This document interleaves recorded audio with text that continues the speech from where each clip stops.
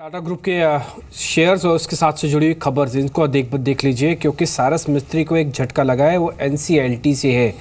असल में जो पहले दायर किया गया था मुकदमा, या फिर ये कहें उनकी जो अर्जी थी, उसकी मेंटेनेबिलिटी को लेकर आज एक फैसला NCLT की तरफ से ड्यू था, जो कि अब ये समझा जा रहा है कि सारस मिस्त्री को जो झटका लगा है, यानी कि इस मामले पे NCLT अब आगे नहीं बढ़ने वाला। और ज़्यादा जानकारी के लिए ब्रजेश मिश्रा हमारे साथ जुड़ चुके हैं। ब्रजेश, पूरी जानकारी क्या है? NCLT से झटका ही समझे जो कि अर्जी पे मिस्त्री को लगा है?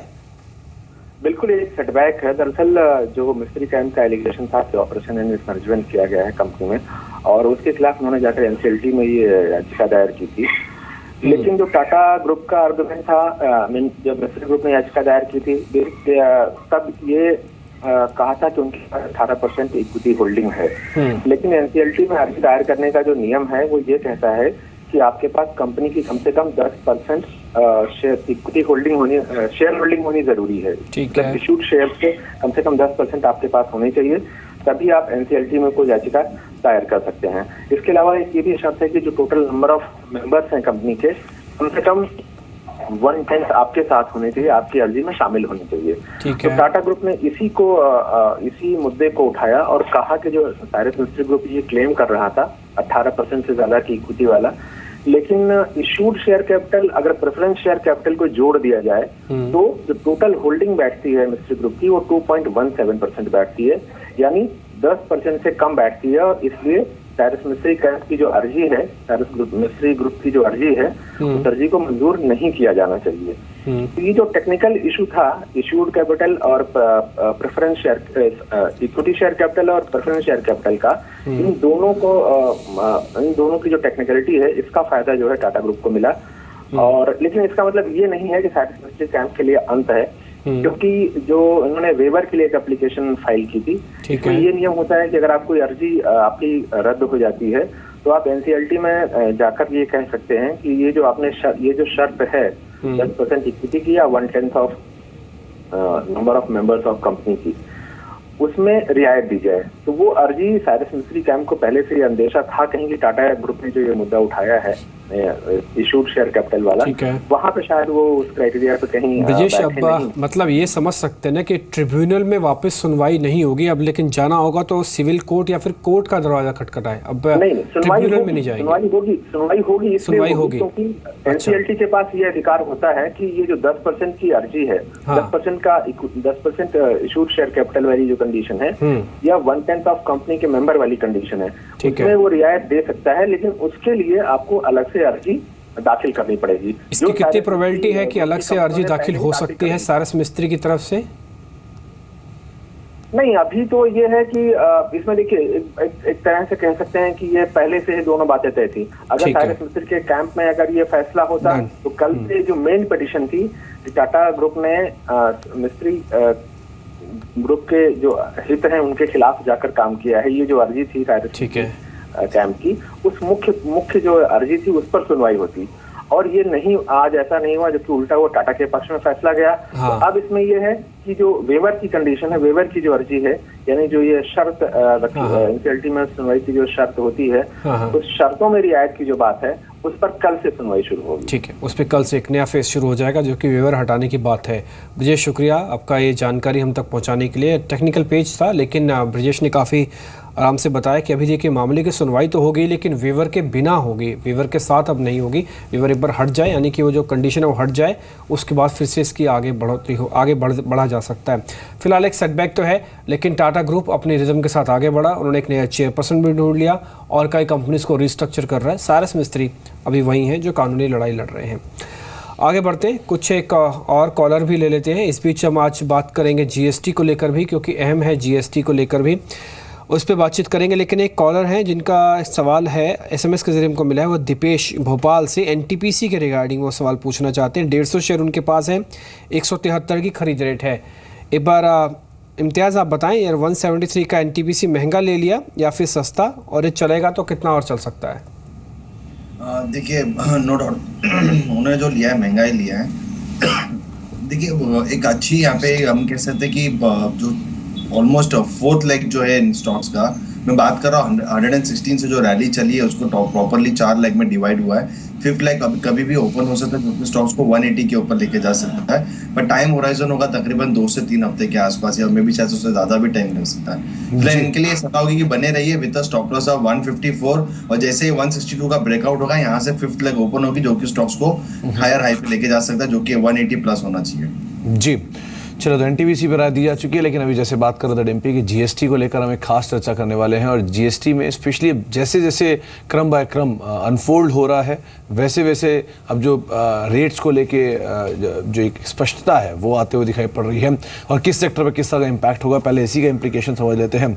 अंचल मौजूद है हमारे साथ एक कॉर्पोरेट भी मौजूद होंगे, उनसे भी हम बातचीत करेंगे। लेकिन अंचल, पहला सवाल तो ये होगा कि जीएसटी लागू होता है तो किस तरह का इम्पैक्ट होगा प्राइसेस के ऊपर, बेसिकली किस तरह का इम्पैक्ट आता हुआ दिखाई पड़ेगा? शुक्रिया समेत, पहले दामों की बात कर लेते हैं। देखिए, कुछ प्रोडक्ट्स हैं, अगर जीएसटी लागू होता है तो जैसे सिंपलेस्ट प्रोडक्ट चाय हर घर में मिलती है, कहीं ना कहीं उसके दामों में आधा से 1% तक की कमी आ सकती है, तो कहीं ना कहीं वहाँ जीएसटी एक राहत की बात होगी कॉमन मैन के लिए। जैम जैसी चीज़, जैम्स, जेलीज, प्रिजर्व्ड फूड्स में करीब आधा से 1% की कटौती आ सकती है दामों में। इसके अलावा जो electronic gadgets, mobile, specially mobiles और टेलीकॉम गैजेट्स होते हैं, उनके दाम करीब 4 से 5% तक कम होते हुए दिखेंगे।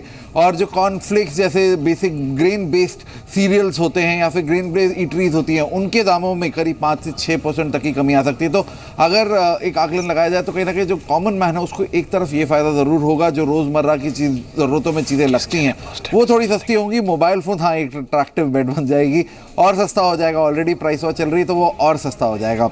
अगर बात करें दामों में इजाफे की, तो जहां एक तरफ फायदा हो रहा है वहां नुकसान भी है। फुटवेयर्स के अनुमान लगाया जा रहा है करीब 1% तक दाम बढ़ते हुए दिखेंगे।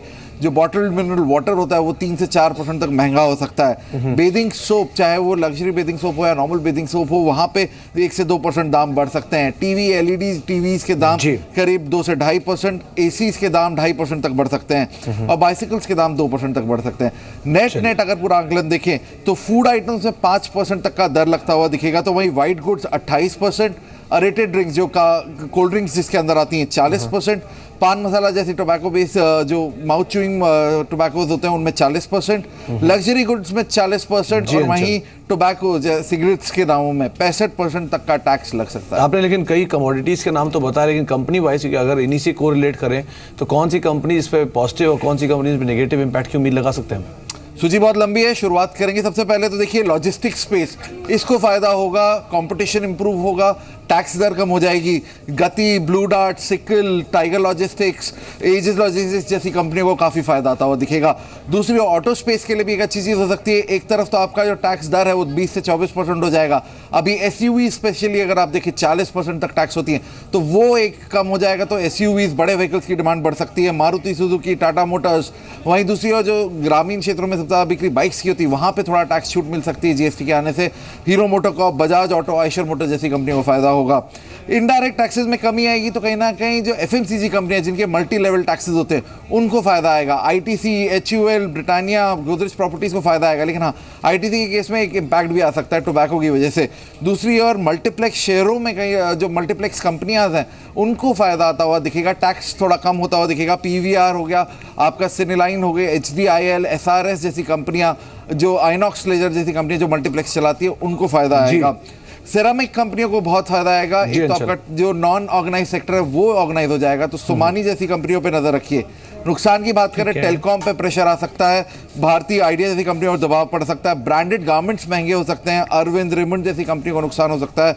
फार्मा स्पेस में दवाइयों के दाम थोड़े बढ़ सकते हैं, या फिर इनपुट कॉस्ट बढ़ सकती है उनकी। लिस्ट काफ़ी लंबी है अंचल आपके पास, मेरे को लगता है, और क्योंकि होनी भी चाहिए, क्योंकि देश में पहली बार ऐसा हो रहा है जब एक टैक्स सीजन की बात की जा रही है, और लिस्ट नो डाउट लंबी होगी ही।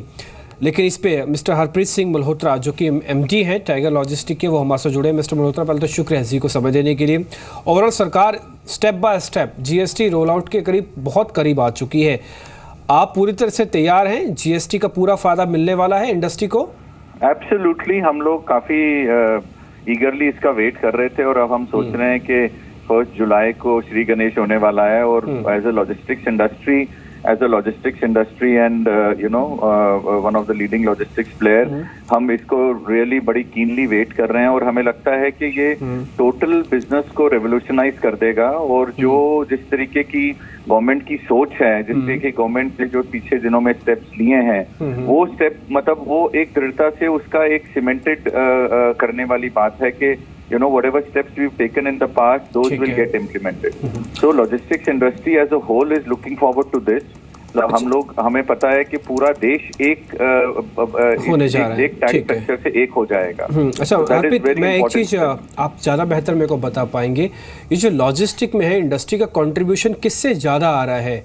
ये वाइट गुड का लॉजिस्टिक ट्रांजैक्शंस बढ़ रहा है या फिर नॉन वाइट गुड्स का या फिर किसी और प्रोडक्ट का? आप थोड़ा ज़्यादा क्लियरली मेरे को बता पाएंगे कहाँ पे ये आपको एकदम से सप्लाई जो है बढ़ती हुई दिख रही है, डिमांड सप्लाई जो थोड़ा दिख रहा है आपको बढ़ता हुआ? देखिए एनीथिंग, मतलब अगर आप लॉजिस्टिक्स देखेंगे तो anything which is moving in the country is moving is logistics. मतलब हम अगर आप एक सपोज हम कोई भी प्रोडक्ट लेते हैं, चाहे वो कंज्यूमर ड्यूरेबल्स हो, चाहे वो कंज्यूमर्स हो, चाहे वो पेरिशेबल्स हो, ईटेबल्स हो, और any goods which is being produced in India, वो डायरेक्टली वो लिंक है लॉजिस्टिक्स से। आप ये देखिए कि जब हम कोई भी किसी की चीज की भी ट्रांसपोर्टेशन करते हैं from one part of the country to the other part, logistics is involve, उसमें ट्रकिंग इन्वॉल्व है, उसमें क्लियरेंसेज इन्वॉल्व है, उसमें C&F एक्टिविटीज इन्वॉल्व है, उसमें वेयर हाउसिंग इन्वॉल्व है। तो ये तो जीडीपी से डायरेक्टली लिंक्ड है। ये you have to understand that this is directly linked with the GDP of any country. So for us, अगर हम जीएसटी को लेके चलते हैं तो आप ये इमेजिन करिए कि एक फैक्ट्री जो नॉर्थ इंडिया में है, आज की डेट में अगर उसने चेन्नई और ट्यूटिकोरिन और कोयम्बटूर में अपना माल भेजना है तो कितनी टैक्सेशन के थ्रू उसको जाना पड़ता है। ठीक है, इमेजिन एक बड़ा अगर इंडस्ट्रियल हाउस है, उसको सिर्फ ये करना पड़ेगा, उसको 8-10 बड़े वेयर हाउसेज बनाने पड़ेंगे, जो वेयर हाउसेज जो वो सिर्फ स्टॉक ट्रांसफर वहां करेगा और उसी हिसाब से उसकी मूवमेंट ऑफ गुड्स होगी। सो इमेजिन कितनी कॉस्टिंग कम हो जाएगी, कितनी उसकी वेरियस जो छोटे छोटे कॉस्ट इन्वॉल्व हैं वो कम हो जाए और उसका फायदा कितना होगा और ईज ऑफ डूइंग बिजनेस कितना बढ़ जाएगा। ठीक है, that is very very positive step. Yes, ठीक है, आप बिल्कुल सही कह रहे हैं कि ईज ऑफ बिजनेस तो क्या ज़रूरी है, भले आप टैक्स में रियायत दें या ना दें, लेकिन ईज ऑफ बिजनेस ज़रूरी है, जो कि जीएसटी से ये भी मिल जाएगा। शुक्रिया सर समय देने के लिए, जी बिजनेस को डेफिनेटली ये बताने के लिए कि बहुत अच्छा असर इस बार पड़ता हुआ दिखेगा। लॉजिस्टिक कंपनीज भी एक बार देख लेते हैं, यहाँ पे दिन के उच्चतम स्तरों पे ये ज़्यादातर लॉजिस्टिक कंपनी, टाइगर लॉजिस्टिक खुद अपने आप में करीब 6 रुपये की बढ़त के साथ काम का